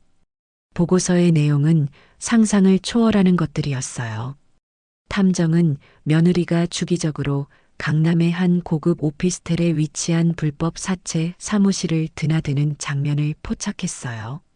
그는 며느리 친정의 모든 재무 상태를 파헤쳤고 그 결과 수십억에 달하는 빚더미 위에 아슬아슬하게 서 있다는 사실을 밝혀냈어요. 특히 며느리의 아버지가 상습적인 노름 중독자이며 최근 해외 원정 노름으로 인해 폭력 조직과 연계된 사채에까지 손을 댔다는 충격적인 사실도 드러났어요. 또한 탐정은 며느리가 아들 몰래 회사의 법인 카드를 유용하고 비자금을 조성해 친정의 빚을 갚는데 사용해 온 정황까지 포착했어요. 모든 조각들이 맞춰지고 있었어요. 며느리가 벌인 이 모든 미친 짓의 이유는 무너져가는 자신의 친정을 구하기 위한 마지막 발악이었던 겁니다. 탐정은 마지막 보고서와 함께 모든 증거가 담긴 두툼한 파일을 제게 건넸어요. 그 파일은 이 더러운 전쟁을 끝낼 수 있는 가장 강력하고 치명적인 무기였어요. 가정법원의 신문기일, 법정 안의 공기는 차갑고 날카로운 유리 조각처럼 느껴졌어요. 저는 제 인생의 승패를 가를 결전의 날을 맞아 흔들림 없는 모습을 보이기 위해 짙은 회색 정장을 단정하게 차려입었어요. 제 맞은편 원고석에는 마치 비극의 주인공이라도 된 듯 슬픈 표정을 연기하는 며느리와 영혼이 빠져나간 사람처럼 창백한 얼굴로 바닥만 내려다보는 아들 민식이가 앉아 있었어요. 저와 눈이 마주칠까 두려워 고개조차 들지 못하는 아들의 모습에 제 가슴 한쪽이 시리게 아려왔어요. 먼저 원고 측의 공격이 시작되었어요. 며느리의 악마 같은 변호사는 능숙한 연기자처럼 법정을 자신의 무대로 만들기 시작했어요. 그는 먼저 며느리가 포섭해둔 저의 옛 이웃들을 증인으로 내세웠어요. 그들은 하나같이 예전보다 확실히 기억력이 안 좋아지신 것 같았다거나 가끔 엉뚱한 말씀을 하실 때가 있었다는 식의 애매하고 악의적인 증언들을 늘어놓았어요. 이어서 변호사는 제가 최근 몇 달간 사용한 신용카드 내역서를 거대한 증거 자료처럼 제출하며 저의 비정상적인 과소비를 부각시켰어요. 그리고 마침내 그는 아들 민식이를 증인석으로 불러냈어요. 아들이 무거운 발걸음으로 증인석에 앉는 순간 법정 안의 모든 이목이 그에게로 쏠렸어요. 증인 김민식 씨, 변호사는 동정심을 자아내는 목소리로 물었어요. 증인은 아들로서 현재 어머님이신 김영자 여사께서 스스로의 재산을 관리하고 중요한 법적 결정을 내릴 만한 온전한 판단 능력을 갖추고 계시다고 생각하십니까?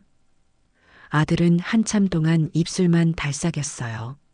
차마 제 얼굴을 쳐다보지 못하고 떨리는 목소리로 간신히 대답했어요. 저의 어머니는 평생 고생만 하셨어요. 요즘 들어 부쩍 기력도 없으시고 예전 같지 않으신 게 사실입니다. 저는 그저 어머니가 더 이상 상처받거나 나쁜 사람들에게 이용당하지 않으셨으면 하는 마음뿐입니다.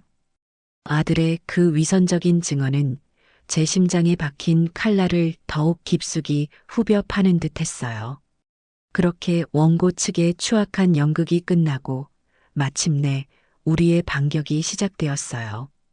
제 변호사인 최 변호사는 얼음처럼 차가운 표정으로 자리에서 일어났어요. 그녀의 첫 번째 무기는 정신 감정 결과 보고서였어요. 재판장님, 피고 김영자 여사에 대한 법원 지정 전문의의 정신 감정 결과 보고서를 제출합니다. 보고서의 최종 결론은 피고는 우수한 인지 능력을 보유하고 있으며 자신의 법적 행위에 대한 의미와 결과를 판단할 능력이 충분함입니다. 최 변호사는 보고서의 내용을 또렷하게 읽어내려갔고 방청석에서는 나지막한 술렁임이 일었어요. 이어서 그녀는 저의 문화센터 친구들을 증인으로 불러 제가 얼마나 논리적이고 명석하게 토론에 참여하며 지적인 활동을 즐기고 있는지를 생생하게 증언하도록 했어요. 원고 측이 만들어낸 정신 나간 노인이라는 프레임에 균열이 가기 시작하자 최 변호사는 마침내 결정적인 한 방을 날렸어요. 재판장님, 이제 우리는 이 사건의 본질을 들여다보아야 합니다. 과연 원고들은 정말로 어머니를 걱정해서 이 소송을 제기한 것일까요? 아니면 그 뒤에 상상조차 할 수 없는 추악한 탐욕이 숨겨져 있는 것일까요? 그녀의 말과 함께 탐정이 수집한 모든 증거 자료들이 법정에 제출되기 시작했어요. 며느리 친정의 수십억대 부채 증명서, 며느리가 아들 몰래 회사 자금을 횡령한 내역, 사채업자와의 채무 관계를 증명하는 서류들. 증거가 하나씩 공개될 때마다 재판장의 미간에는 깊은 주름이 새겨졌고 며느리의 얼굴은 새하얗게 질려갔어요. 그리고 마침내 최후의 일격이 가해졌어요. 최 변호사는 법정의 스피커를 통해 하나의 녹음 파일을 재생했어요. 그것은 탐정이 입수한 며느리 지은이와 그녀의 남동생이 나눈 통화 내용이었어요. 스피커를 통해 교양 있는 며느리의 가면을 벗어던진 지은이의 천박하고 노골적인 목소리가 법정 전체에 울려 퍼졌어요. 그러니까 조금만 더 버티라고. 그 늙은이만 금치산자로 만들어버리면 내가 모든 재산관리 권한을 갖게 된다고. 아버지 노른 빚은 물론이고 우리 평생 먹고 살 돈까지 다 해결할 수 있단 말이야. 김민식은? 그 멍청이는 그냥 내가 시키는 대로 도장이나 찍는 기계일 뿐이니까 신경 꺼. 그 목소리가 울려 퍼지는 순간 법정은 그대로 얼어붙었어요. 며느리는 비명을 지르며 거짓말이야.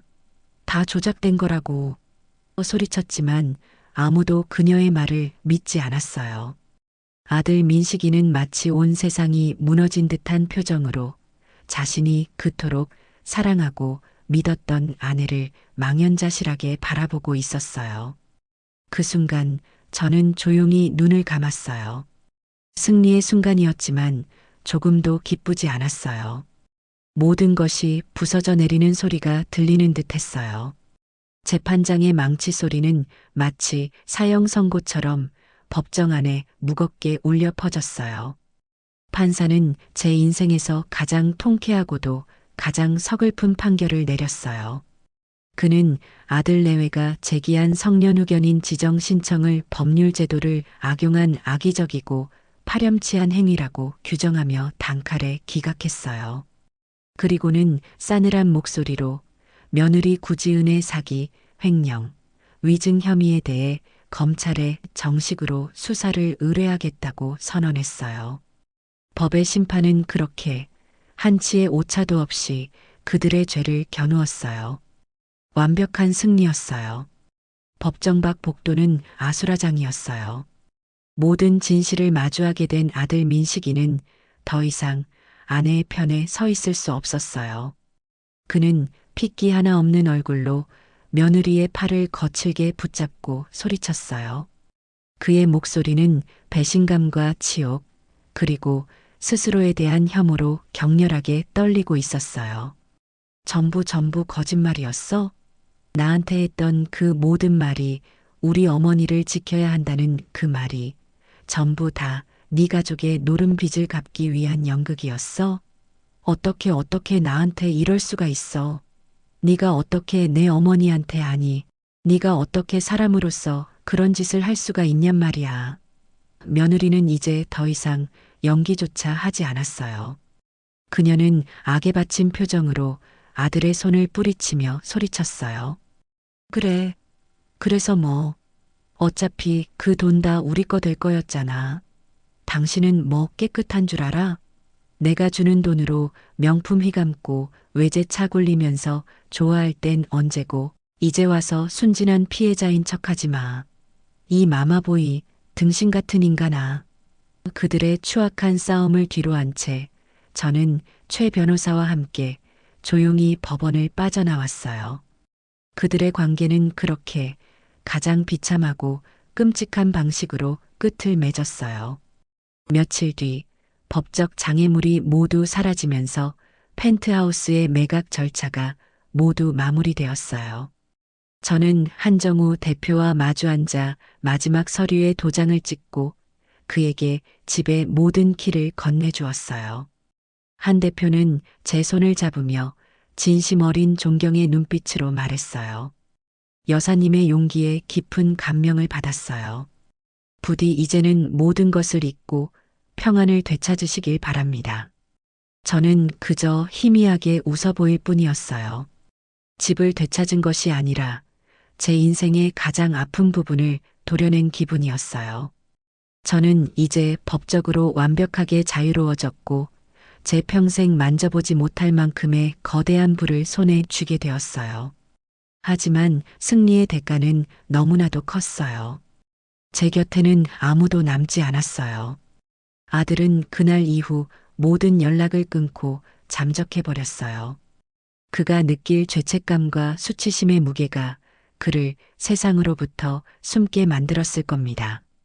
저는 전쟁에서는 이겼지만 제 유일한 혈육을 잃어버린 셈입니다. 그날 밤 저는 홀로 저의 작은 아파트 거실에 앉아 있었어요. 승리의 기쁨은 어디에도 없었고 오직 거대한 공허함과 고독만이 저를 감싸고 있었어요. 테이블 위에는 아들이 어릴 적 환하게 웃고 있는 낡은 흑백 사진이 놓여 있었어요. 사진 속의 아이는 세상에서 가장 순수한 눈으로 저를 바라보고 있었어요. 저는 그 사진을 어루만지며 이 모든 싸움이 시작된 이후 처음으로 소리내어 울었어요. 제 자신을 위해 흘리는 눈물이 아니었어요. 제가 그토록 지키고 싶었지만 결국은 잃어버리고만 제 어리석은 아들을 위한 눈물이었어요. 얼마나 울었을까. 눈물을 닦고 일어선 저는 창밖을 바라보았어요. 어둠 속에서도 도시의 불빛은 별처럼 빛나고 있었어요. 그리고 문득 이런 생각이 들었어요. 이 모든 불행과 탐욕의 씨앗이 되었던 이 거대한 돈. 이 돈을 이대로 썩힐 수는 없다. 이 추악한 진흙탕 속에서 아주 작더라도 의미 있는 꽃 한 송이를 피워내야만 한다. 저는 자리에서 일어나 제 휴대폰을 들었어요. 그리고 최 변호사에게 전화를 걸었어요. 제 목소리는 아직 눈물에 젖어 있었지만 그 어느 때보다 단단하고 분명했어요. 최 변호사님, 저와 의논할 일이 있어요. 저는 재단을 하나 만들고 싶어요. 이 돈으로 세상에 기댈 곳 하나 없는 젊은이들에게 기회를 주는 일을 시작하고 싶어요. 그것은 파괴의 끝에서 제가 내딛는 창조를 향한 첫걸음이었어요. 제 아들에게 물려주지 못한 유산을 이제 세상의 아들딸들에게 나누어주는 새로운 삶을 시작하기로 결심한 순간이었어요. 전쟁은 끝났어요. 포효는 거쳤고 적들은 모두 무너져 내렸어요. 법정에서의 완벽한 승리, 며느리의 파멸, 그리고 제 손에 들어온 거대한 돈. 세상의 잣대로 보면 저는 의심할 여지 없는 승리자였어요. 하지만 제게 남겨진 것은 승리의 깃발이 아니라 모든 것이 사라져버린 폐허 위에 홀로 부는 바람 소리 같은 깊고 무거운 침묵이었어요. 낮에는 변호사와 회계사들을 만나 재단 설립을 위한 실무적인 일들을 처리하며 억지로 분주하게 움직였어요. 하지만 해가 지고 작은 아파트에 홀로 남아 현관문 잠그는 소리를 듣는 순간이면 어김없이 거대한 고독이 파도처럼 저를 덮치곤 했어요. 저는 재단 설립에 미친 듯이 몰두했어요. 그것은 제게 남은 유일한 탈출구이자 공허한 마음을 채울 수 있는 유일한 일이었어요. 변호사들과 함께 재단의 정관을 만들고 운영 방식을 구체화했어요.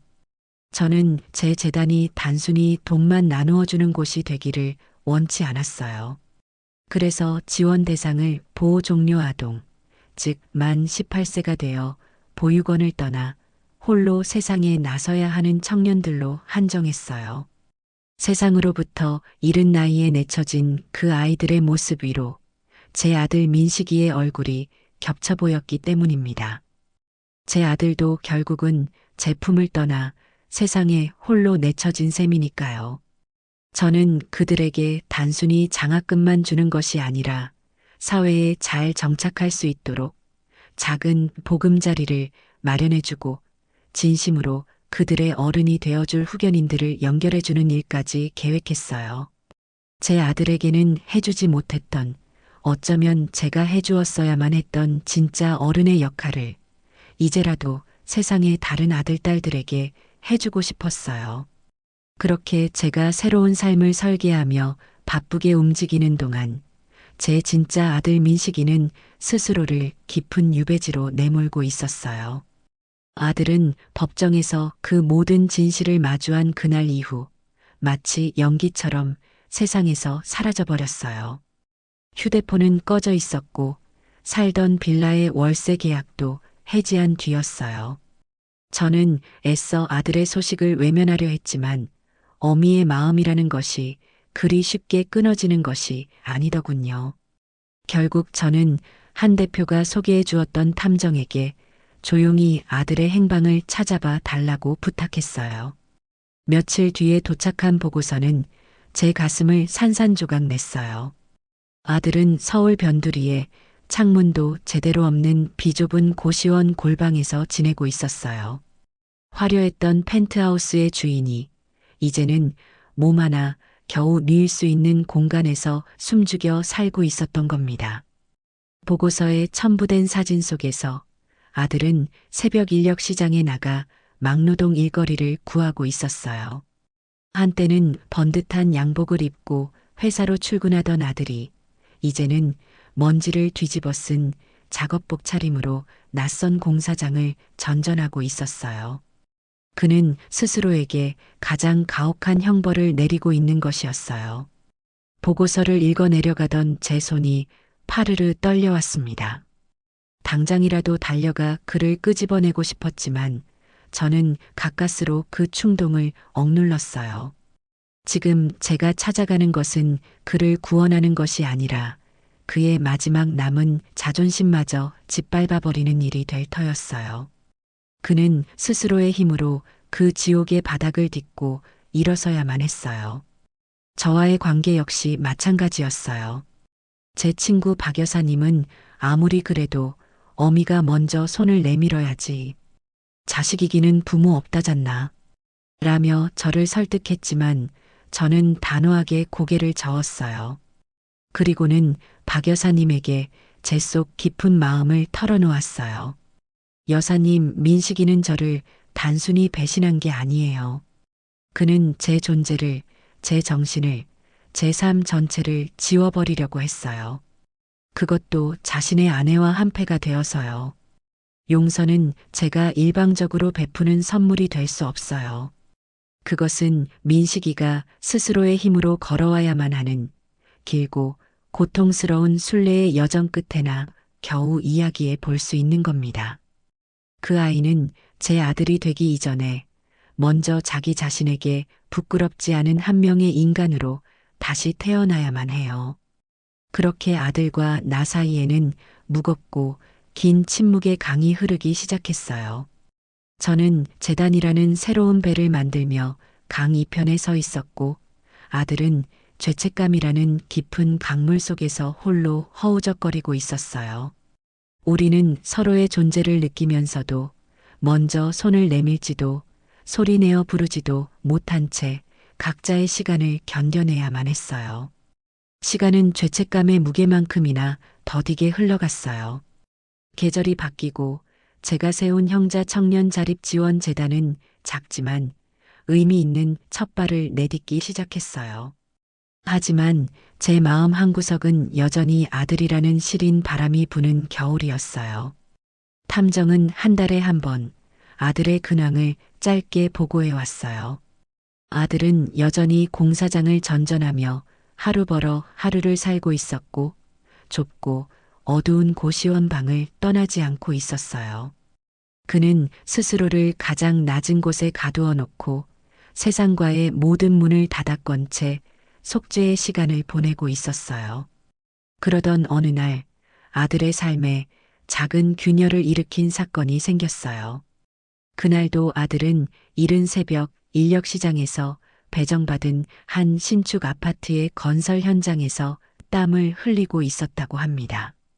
점심시간이 되어 동료 인부들과 함께 구석에 쭈그려 앉아 컵라면으로 끼니를 때우고 있을 때였어요. 옆에 앉아있던 앳된 얼굴의 청년이 아들에게 말을 걸어왔어요. 아저씨는 어쩌다 이런 일 하세요? 전 대학 등록금 벌려고 휴학하고 나왔는데 정말 힘드네요. 아들은 아무 대답도 하지 않았지만 청년은 제풀에 신이나 자신의 이야기를 늘어놓았다고 해요. 그래도 전 운이 좋은 편이에요. 얼마 전에 형자재단이라는 곳에서 장학생으로 뽑혔거든요. 보육원 나와서 막막했는데 월세 보증금도 지원해주고 멘토 선생님도 연결해줘서 얼마나 든든한지 몰라요. 그래서 더 열심히 살아야죠. 형자재단이라는 말을 듣는 순간 아들은 손에 들고 있던 컵라면 그릇을 떨어뜨릴 뻔했다고 합니다. 그는 차마 그 재단을 세운 사람이 자신의 어머니라는 말을 할 수 없었어요. 청년은 해맑게 웃으며 말을 이었어요. 그 재단 세우신 할머니가 아주 대단한 분이래요. 자식한테 배신당하고 재산을 다 뺏길 뻔했는데 그걸 다 되찾아서 저희처럼 어려운 애들 돕는데 쓰시는 거다고. 정말 영화 같은 얘기죠? 청년의 그 말은 아들의 심장에 수천 개의 바늘이 되어 박혔을 겁니다. 자신이 버리고 파괴하려 했던 어머니가 그 폐허 위에서 자신 같은 청년들을 위한 희망의 집을 짓고 있었다는 사실. 자신이 어둠 속에서 썩어가고 있을 때 어머니는 가장 낮은 곳을 향해 빛을 비추고 있었다는 진실. 그 거대한 무게가 아들의 굳게 닫혀있던 마음의 문을 부수고 들어왔어요. 그는 그날 일을 마치고 돌아오는 길에 동네의 작은 도서관에 들렀다고 합니다. 그리고 그곳에서 낡은 지역 신문을 뒤져 마침내 제 이름과 얼굴이 실린 작은 기사를 찾아냈어요. 형자 청년 자립 지원 재단, 따뜻한 첫걸음을 떼다.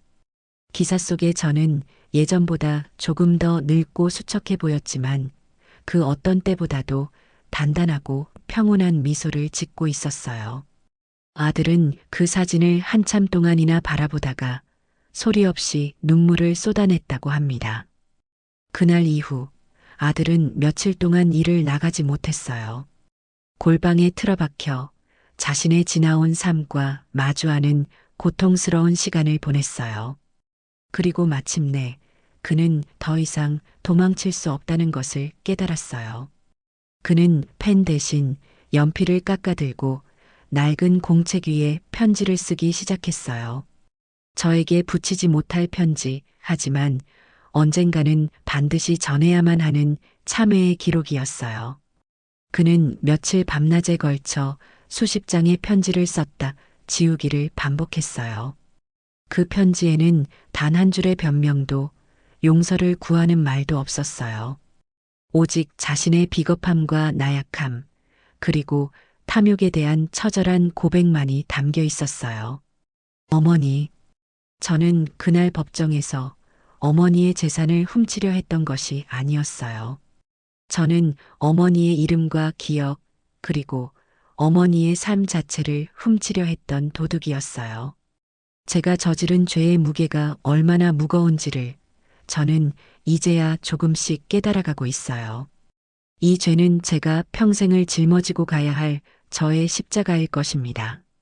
아들이 그 고통스러운 참회의 시간을 보내고 있다는 것을 알게 된 저는 마침내 움직여야 할 때가 왔음을 직감했어요. 하지만 저는 아들 앞에 직접 나타나지 않았습니다. 그것은 아직 그에게 너무나 가혹한 일이 될 테니까요.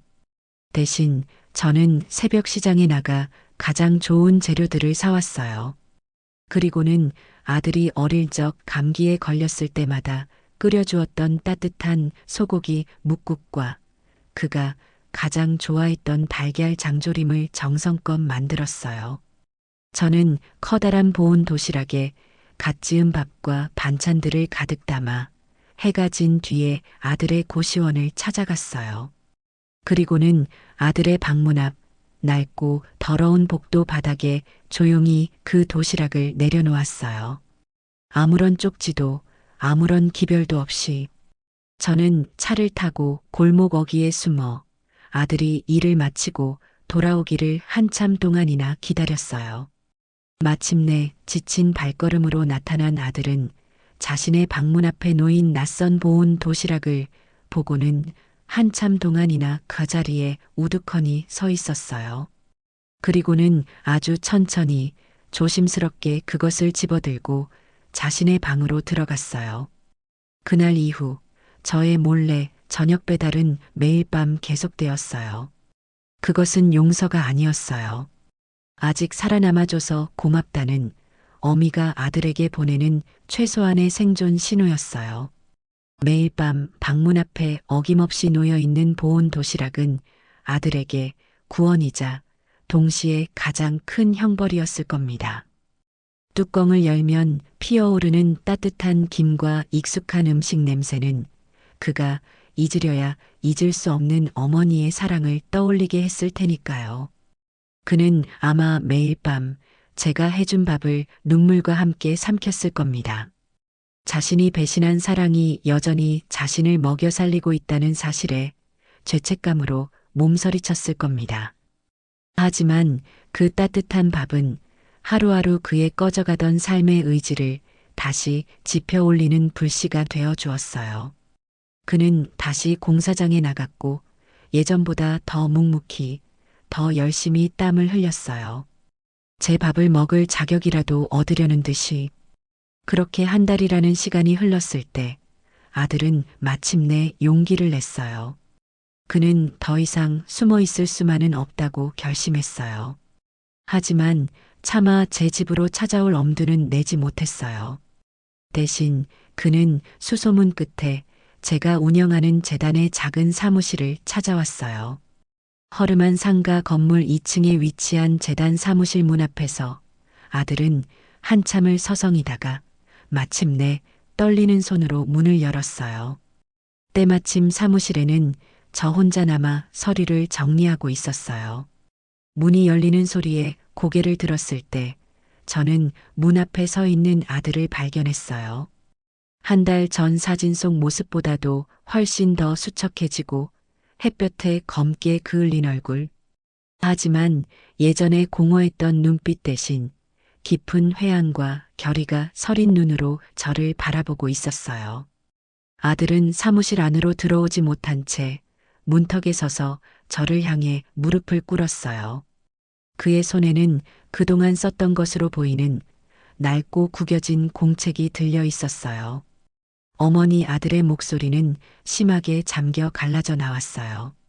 어머니, 제가 죽을 죄를 지었어요. 용서를 빌 자격조차 없다는 것을 압니다. 그저 제 입으로 어머니께 직접 죄송하다는 말씀을 드리고 싶었어요. 그는 이마가 바닥에 닿을 듯이 깊이 고개를 숙였어요. 저는 자리에서 일어나지 않았어요. 그저 제 책상에 앉은 채로 무릎 꿇고 있는 아들을 조용히 내려다볼 뿐이었어요. 사무실 안에는 아들의 흐느낌과 낡은 벽시계 소리만이 흐르고 있었어요. 한참의 침묵 끝에 제가 먼저 입을 열었어요. 제 목소리는 그 어떤 감정도 실려 있지 않은 마른 나뭇가지 같은 소리였어요. 일어서거라. 무릎을 꿇는 것은 세상에서 가장 쉬운 일이다. 진정으로 속죄하며 살아가는 것은 세상에서 가장 어려운 일이지. 너는 그중 어떤 것을 택할 것이냐? 제 말에 아들은 천천히 힘겹게 몸을 일으켜 섰어요. 저는 자리에서 일어나 아들을 지나쳐 사무실 한쪽에 있는 작은 서류 보관함으로 향했어요. 그리고 그에게 재단의 회계장부와 장학생 아이들이 보내온 감사 편지들을 꺼내 보여주었어요. 보아라. 이것이 너의 유산이다. 너와 네 아내가 그토록 지키고 싶어 했던 돈이 이제는 이렇게 새로운 생명들을 키워내는 씨앗이 되고 있다. 그리고 저는 아들을 똑바로 바라보며 그의 인생을 뒤바꿀 제안을 했어요. 너에게 물려줄 재산은 이제 단 한 푼도 남아있지 않다. 하지만 너에게 줄 일자리는 하나 있다. 이 재단의 가장 낮은 자리. 전화 응대를 하고 사무실 바닥을 쓸고 아이들에게 필요한 물품을 배달하는 그런 허들의 일이다. 월급도 아주 적을 것이다. 너는 더 이상 내 아들로서가 아닌 이 재단의 직원으로서 너 자신이 버렸던 그 돈의 가치를 매일같이 확인하며 살아가게 될 것이다. 이것이 내가 너에게 줄 수 있는 유일한 기회이자 네가 걸어야 할 유일한 속죄의 길이다. 하겠느냐? 제 제안에 아들은 잠시 말을 잃고 저를 바라보았어요. 그의 눈동자가 심하게 흔들렸어요. 그리고 이내 그의 눈에서 굵은 눈물방울이 뚝뚝 떨어져 내리기 시작했어요. 그것은 후회의 눈물도 슬픔의 눈물도 아니었어요. 구원의 기회를 얻은 자의 뜨거운 감사의 눈물이었어요.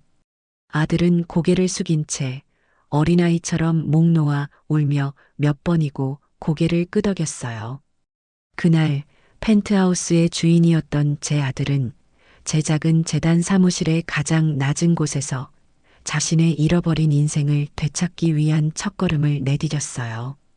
그날 이후 재단 사무실은 아들의 새로운 세상이 되었습니다.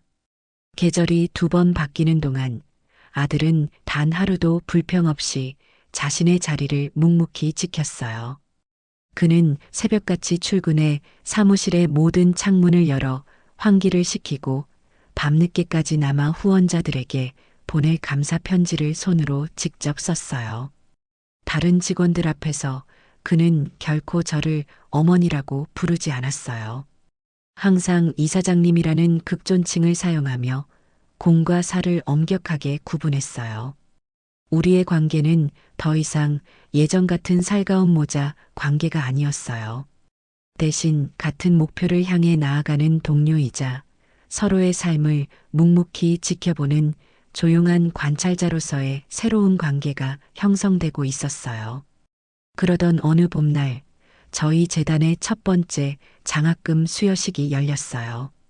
화려한 호텔 연회장이 아닌 재단 사무실 옆에 작은 회의실을 빌려 소박하게 치러진 행사였어요.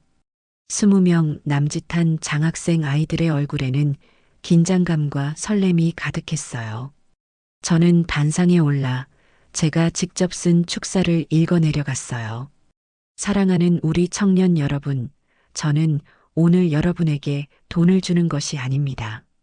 저는 여러분에게 2번째 기회의 씨앗을 선물하고 싶어요.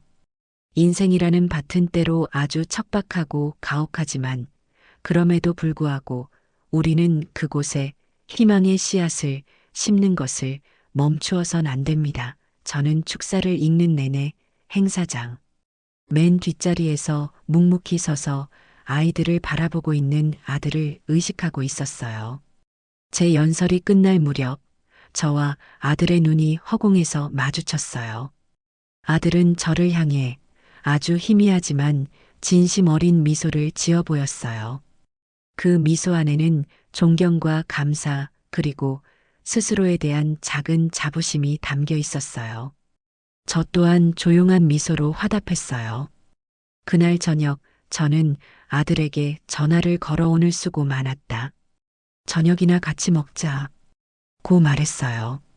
아들은 잠시 망설이는 듯 했지만 이내 낮은 목소리로 알겠다고 대답했어요. 저희가 마주 앉은 곳은 화려한 레스토랑이 아닌 제 작은 아파트의 소박한 식탁이었어요. 저는 아들이 가장 좋아하던 구수한 된장찌개를 끓이고 하얀 쌀밥과 몇 가지 나물 반찬을 차렸어요. 우리는 한참 동안 아무 말 없이 식사에만 집중했어요. 하지만 그 침묵은 더 이상 어색하거나 불편하지 않았어요. 오히려 서로의 노고를 위로하고 조용한 연대를 확인하는 따뜻한 침묵이었어요. 식사를 마치고 아들은 설거지를 하겠다며 부엌으로 향했어요. 저는 그런 아들의 넓어진 등을 가만히 바라보다가 조심스럽게 입을 열었어요. 민식아. 제 부름에 아들의 어깨가 살짝 굳어지는 것이 느껴졌어요. 이 재단은 언젠가는 네가 맡아야 할 곳이다. 아들은 하던 일을 멈추고 저를 돌아보았어요. 그의 눈에는 당혹감이 서려 있었어요. 어머니, 저는 그런 자격이 없어요. 자격은 누가 주는 것이 아니야. 스스로 만들어 나가는 것이지. 저는 자리에서 일어나 아들에게 다가가 그의 손을 따뜻하게 잡아주었어요. 나는 너에게 돈이나 명예를 물려주고 싶은 것이 아니다. 나는 너에게 목적을 물려주고 싶다. 다른 사람을 돕는 삶이 주는 기쁨과 세상을 조금 더 나은 곳으로 만드는 보람이라는 돈으로는 결코 살 수 없는 진짜 유산을 말이다. 펜트하우스는 너를 가두는 높은 감옥이었지만 이 작은 재단은 너와 세상의 영혼을 위한 따뜻한 집이 되어줄 게다. 제 말에 아들의 눈시울이 붉어졌어요. 그는 더 이상 아무 말도 하지 않았어요. 그저 고개를 끄덕이며 제 손을 마주 잡아줄 뿐이었어요. 그 순간 우리 모자의 길고 길었던 전쟁은 비로소 끝이 났어요. 우리의 관계는 결코 예전으로 돌아갈 수 없을 겁니다. 상처는 희미해질 수는 있어도 완전히 사라지지는 않으니까요. 하지만 이제 우리는 알고 있었어요. 부서지고 깨어진 관계 위에서도 진정한 용서와 속죄라는 단단한 토대를 쌓아 올린다면 이전보다 훨씬 더 성숙하고 견고한 새로운 관계를 만들어 나갈 수 있다는 것을요. 그날 밤 우리는 함께 창밖을 내다보았어요. 저 멀리 보이던 펜트하우스의 불빛은 이제 더 이상 우리에게 아무런 의미도 갖지 못했어요. 대신 도시의 수많은 불빛들 하나하나가 우리가 앞으로 도와야 할 사람들의 살처럼 소중하고 따뜻하게 느껴졌어요. 그것이 바로 제가 제 아들에게 물려주고 싶었던 진정한 세상의 풍경이었습니다.